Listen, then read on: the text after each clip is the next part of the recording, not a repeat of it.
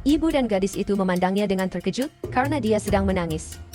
Dan berkata, seolah, sungguh, makananmu sangat lezat. Dan dia, dengan malu-malu berkata, terima kasih. Dan dia meminta maaf karena itu adalah satu-satunya makanan yang bisa dia berikan padanya. Dan bertanya, apakah itu enak? Dia menjawab ya dan bertanya, bolehkah saya tambah lagi? Dan dia melahap semangkuk lagi. Dan karena dia terus makan tanpa henti, dia memutuskan untuk membawa panci lebih dekat kepadanya. Sekarang, dia terlihat seperti Luffy saat makan. Tetapi tiba-tiba pintu apartemen hancur dan ibu serta anak perempuan itu terkejut. Karena seseorang yang sangat marah baru saja masuk dan muncul seorang pria kuat di pintu berteriak memanggil Seolah. Dan pria yang marah itu masuk sambil berteriak pada Seolah, mengatakan bahwa dia tidak boleh masuk ke portal sendirian. Dia sangat marah dan menyuruhnya pergi. Dia bahkan tidak percaya bahwa dia berani mengatakan itu padanya.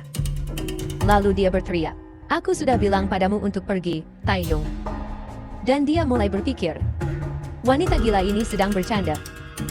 Apakah dia pikir dia adalah sesuatu hanya karena menjadi seorang pemain? Dan dia mengejeknya.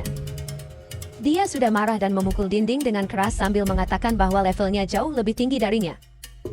Dia berteriak agar dia tidak mendekat. Kalian pasti merindukan tokoh utama. Aku juga. Apa yang mungkin sedang dia lakukan? Kembali ke cerita kita, si pirang menatap ibunya, yang gemetar ketakutan dan mulai merendahkan keluarganya, mengatakan bahwa ayahnya meninggal lebih awal dan ibunya hanya mendapatkan sedikit uang. Dan Seolah berteriak bahwa keluarganya seperti ini karena dia. Dan Taeyong berkata, lupakan itu. Dia menariknya. Dengan memegang lengannya, menyeretnya ke pintu, dia, dan menyuruhnya melepaskannya, karena dia tidak akan pernah pergi ke gil sampah itu. Dan sambil tertawa di wajahnya, dia mengatakan bahwa dia akan menempatkannya dalam tim yang sangat bagus. Kemudian, dia menunjukkan bagaimana cara bertarung ketika kamu tidak memiliki banyak kekuatan dan menggigitnya. Dia menampar wajahnya, ibu gadis itu menjadi putus asa dan berlari untuk membantunya. Dan dia memanggilnya pelacur. Dia bertanya, apakah dia pikir akan bertahan hidup hanya dengan melakukan perbuatan baik. Dan dia menambahkan, kamu seharusnya datang dengan tenang, sebagai penghormatanku. Kamu, pikir kamu seorang pemain? Jadi mari kita hadapi satu sama lain dengan sungguh-sungguh. Dan ibu gadis itu berdiri di antara keduanya.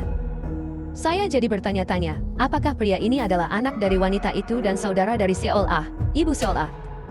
Sambil memegang tangannya, memohon agar dia berhenti.